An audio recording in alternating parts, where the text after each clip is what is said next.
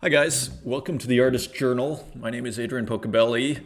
I always appreciate you all coming. Thanks for the comments in the last videos. We're gonna have more info on NFTs coming up. Very interesting discussions on copyright. I was telling people about NFTs, a couple of artist friends, and how they probably need an NFT strategy. And they're bringing up really interesting issues about copyright, which I'm going to get into. I mean, not this episode, but the next one. So anyways, appreciate the love, smash the like. And I want to talk about this painting here today. I woke up with this painting in my head at midnight last night. And I've known about this painting for 20 years, and I hadn't thought about this painting for a long time. Like, it's one of those things I haven't, consciously thought about. So it was very remarkable in that sense that it kind of appeared in my head and was so just front and center. So I just wanted to talk about this work by Max Ernst, and it's part of a series of apparently 12 paintings that he did called The Entire City, and they're all kind of variations on this theme of a sky. Some sort of circular disc is usually in the sky, either a sun or a moon. Then there's the city. And then you have this kind of jungle or foliage like plant matter at the forefront of the painting. And what was interesting about waking up with this was the epiphany that I had of what it was about.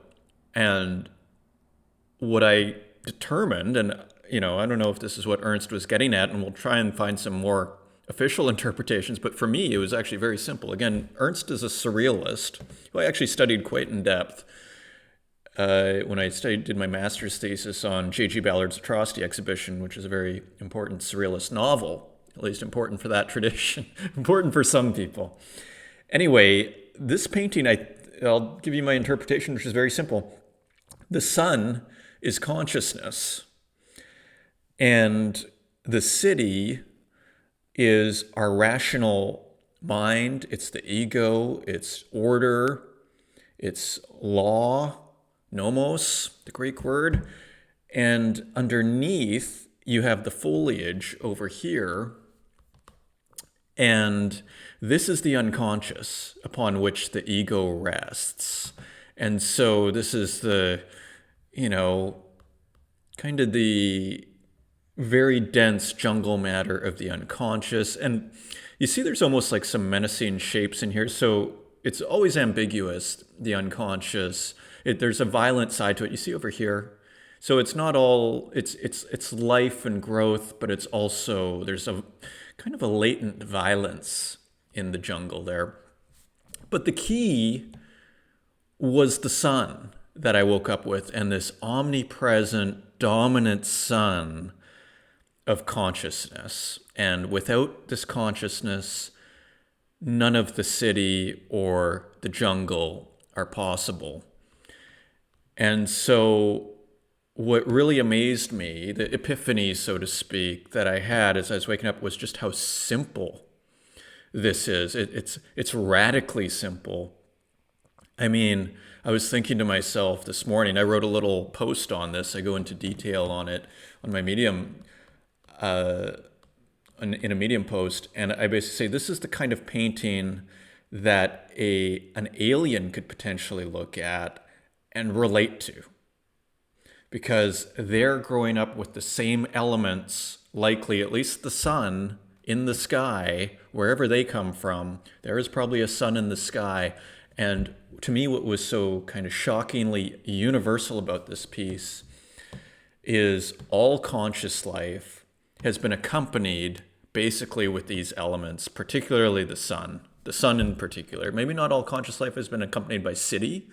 All conscious life has been accompanied by jungle, likely. I mean, or at least very close. So all to say, to me, this is really, it's just like, it couldn't be a more bare bones summary of our situation. And that was the epiphany. That was kind of the artist journal development of the last day. So I just want to take us through a few more from the series. So this is also, here, I'll just reduce the size of me so I'm not, there we go. So this is also from that series. So you see here, the disc almost looks like a moon. The city is more blotched out, and the jungle is almost removed.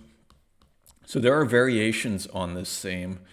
Here's another one with a very big sun, almost a moon though. You see the ambiguity. It's just the disk in the sky. Again, these are the visual ingredients of our consciousness, right? And I think that's what Ernst is getting at here. We'll look at the more official interpretation, but I think, like, again, he was a surrealist. He was concerned with the unconscious, the furniture of our consciousness, so to speak. What are the elements we all share? And looking at those elements and analyzing, recontextualizing those elements. So here we have a moon sun in the sky, a disk, and again, the city with some foliage in the foreground. The foliage is a little less menacing here. Now here's an interesting one where the sun, or the disk in the sky, and again, this green sky, it's a bit more menacing. It's from behind. It's still lighting the landscape, but it's not directly lighting. It's more just like this aura or presence hiding behind the hill. And again, a more kind of lazy foliage here in the foreground, and a bit more developed of a city. This almost looks like a Greek city again.